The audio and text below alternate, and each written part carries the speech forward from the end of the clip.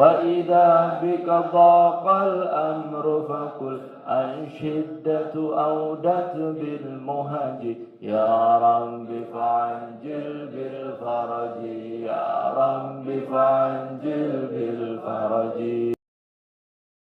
Bismillahirrahmanirrahim. Kita lanjutkan pada nomor bait syair ke-35.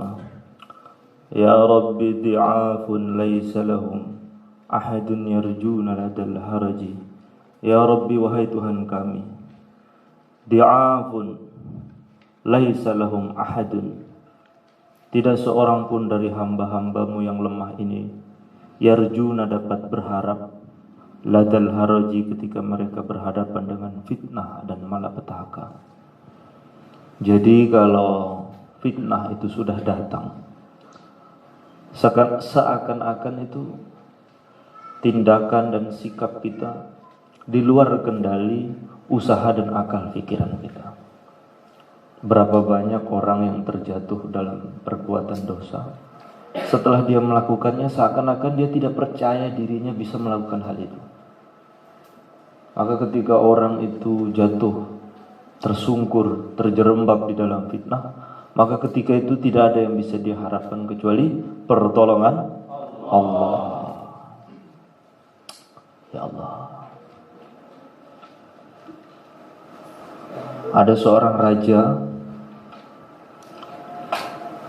Raja ini berangkat berburu bersama hulu balangnya, pengawal-pengawalnya. Tidak lupa raja ini membawa seekor anjing, menuntun masuk ke dalam hutan mencari buruannya. Ternyata raja ini terpisah dari hulu balangnya. Dia hanya ditemani oleh seekor anjingnya. Tengah dia tersesat, dia mencari di mana letak pengawal-pengawalnya tersebut. Ketika dia sudah putus asa, raja ini duduk di bawah pohon sambil dia melihat anjingnya.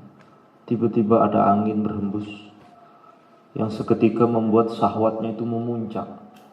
Dan ketika itu tiba-tiba dia terpengaruh hingga dia merasa ingin menyentuh anjingnya. Ringkas cerita, dia berzina dengan anjingnya itu. Setelah selesai dia itu merenung, bukankah permaisuri yang ada di istana lebih cantik? Selir-selir saya begitu banyak, mengapa saya bisa tergoda akhirnya terjerumus berzina dengan anjingnya sendiri?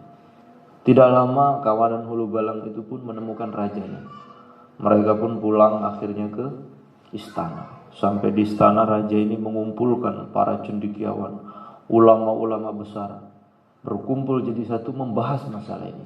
Mengapa saya seorang raja yang memiliki permaisuri, memiliki selir-selir yang cantik, budak-budak yang banyak, masih bisa terjerumus dalam perzinahan dengan seekor anjing?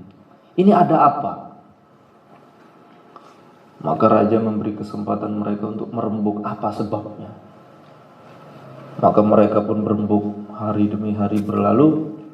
Akhirnya kesimpulan dari yang terjadi itu menjadi 100 jilid kitab. Akhirnya mereka pun menghadap raja. Raja, kami telah mengetahui sebab mengapa itu terjadi,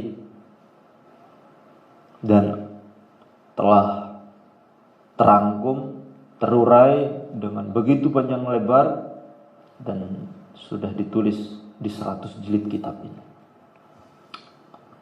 Kemudian raja mengatakan, saya tidak mau 100 jilid. Saya ingin diringkas lagi supaya orang bisa mengambil pelajaran dari apa yang saya alami. Akhirnya 100 jilid kitab itu pun diringkas menjadi 50 jilid. Raja terus mengatakan lagi, saya masih menganggap ini terlalu tebal. Saya ingin ringkas lagi. Akhirnya diringkas menjadi 10 jilid saja. Dari 10 jilid itu raja minta untuk meringkasnya lagi hingga hanya menjadi 1 jilid saja. Kemudian dari 1 jilid itu raja mengatakan, saya ingin lebih ringkas lagi. Akhirnya teringkaslah menjadi 1 lembar kertas. Kemudian raja mengatakan, saya ingin ini lebih singkat lagi hingga membuat hanya beberapa kalimat yang mudah diingat oleh siapa saja. Akhirnya dari rembukan mereka Nah, dari yang 100 jilid tadi teringkas menjadi satu kata-kata yang bisa kita hafal bersama. Kata-kata itu mengatakan, jika seseorang tidak ditolong oleh Allah, maka terjadilah sesuatu yang orang tersebut mengingkari dirinya dapat berbuat hal itu. Jadi orang itu kalau tidak ditolong oleh Allah, maka terjadi hal yang dia sendiri mengingkari. Mengapa hal itu bisa saya lakukan? Maka tidak ada yang paling penting ketika kita hidup di dunia melebihi mengharap pertolongan Allah. Setiap detik, setiap nafas kita selalu berharap pertolongan Allah Subhanahu wa taala. Maka kalau kita merenungi qasidah Imam Ghazali ini tinggi sekali. Ya Allah, orang-orang lemah seperti kami ini sudah tidak bisa berharap lagi ketika mereka berhadapan dengan fitnah dan malapetaka, kecuali hanya pertolongan-Mu ya Allah. Maka kalau ketika baca Munfarijah ini dihayati sekalian, biar asarnya itu betul-betul membekas di dalam hati kita. Ya Rabbi fi sahul al-suniqat.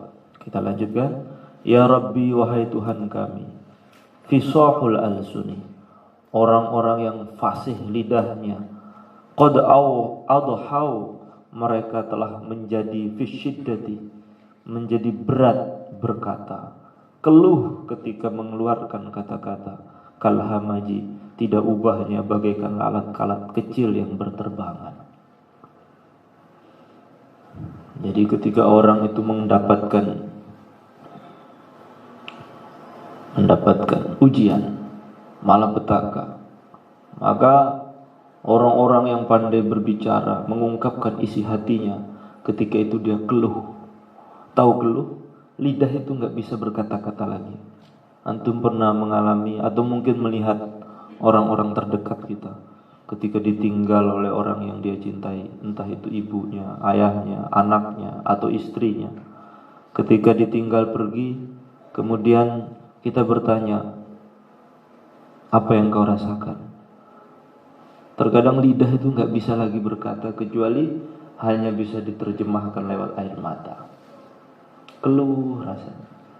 Mau bicara itu betul-betul tidak berdaya. Tidak berdaya ini diibaratkan kalhamaji, seperti merutu bahasa Jawanya. Merutu itu adalah lalat kecil yang biasa terbang di wajahnya kambing. Kami gak bisa apa-apa, bagaikan hamaji, seperti lalat kecil yang hinggap di wajah kambing. Jadi di sini untayan doa Imam Ghazali ini, ya Rabbi, wahai Tuhan kami.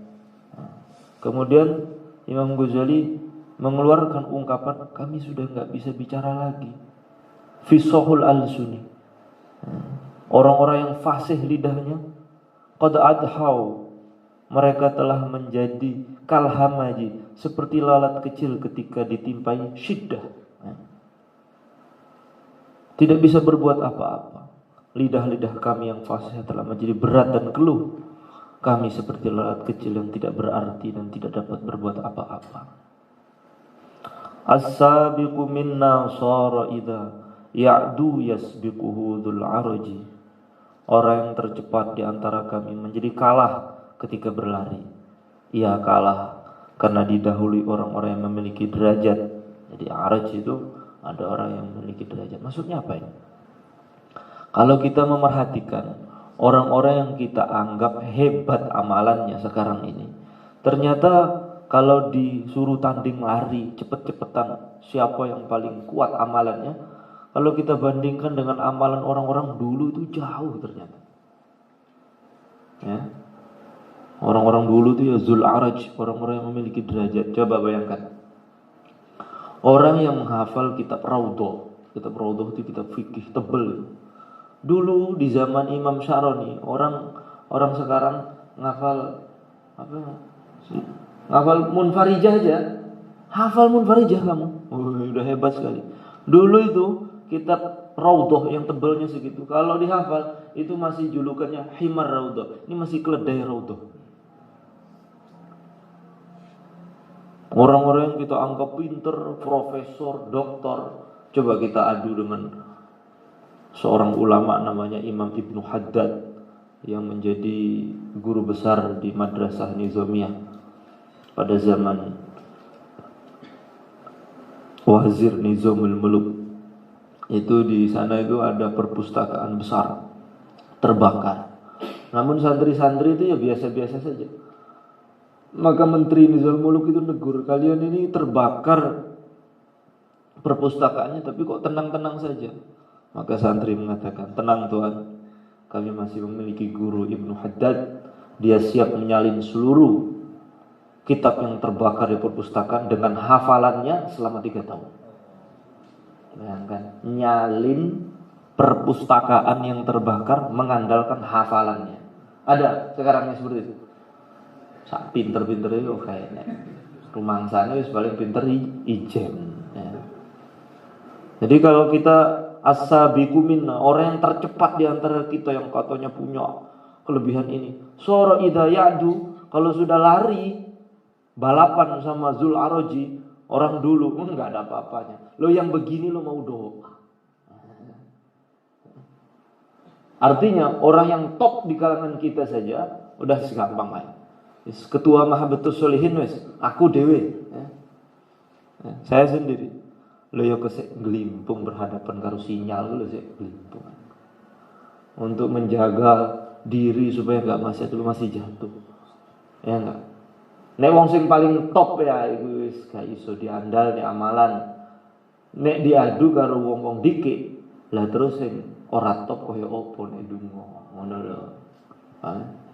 Kalau kiai-kiai orang-orang sekarang aja itu jatuh bangun untuk mempertahankan keistiqomahan mereka dalam amal. Kalau diadu sama orang-orang dulu. Lah terus nek sing ora kiai ini terus kaya opo? Seakan-akan begitu. Ya ora bener ya? Jadi Masya Allah, kalau antum renungnya tinggi betul ini. Lalu saya ngaji kalau ya wong koyo awake dhewe. Ya Allah. Jadi jauh kalau kita mau merenung seperti apa ilmu orang dulu tuh, la ilaha illallah. Itu saya pernah ziarah ke makam seorang ulama besar di India. Namanya itu Syekh Muhammad Anwar Shah Al-Kashmiri. Syekh Anwar Shah Al-Kashmiri itu dulu ketika mondok, ya sebesar Muhammad ini anak saya, dibawa oleh ayah dan ibunya tuh ke pondok. Di pondok itu nangis saja, nggak ada kerjaan lain, nangis saja. Maka Syekh Kiai pondok itu manggil orang tuanya, anak kamu ini nggak cocok mondok, bawa pulang aja. Nangis terus.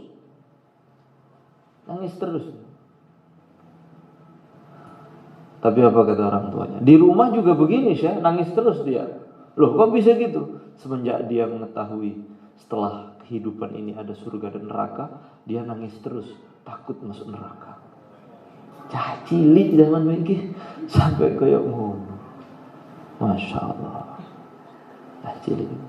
Saya waktu ziarah itu, saya sempat ditunjuk cucunya naik sepeda kecil, cucu saya ngomong.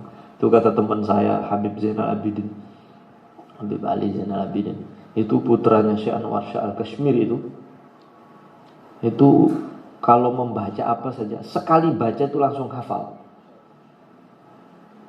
Dan kalau tidak diulang lagi selama beberapa hari, dia bisa lupa. Tapi kalau sudah 2 atau 3 kali diulang, itu melekat, tidak akan bisa hilang dari otaknya.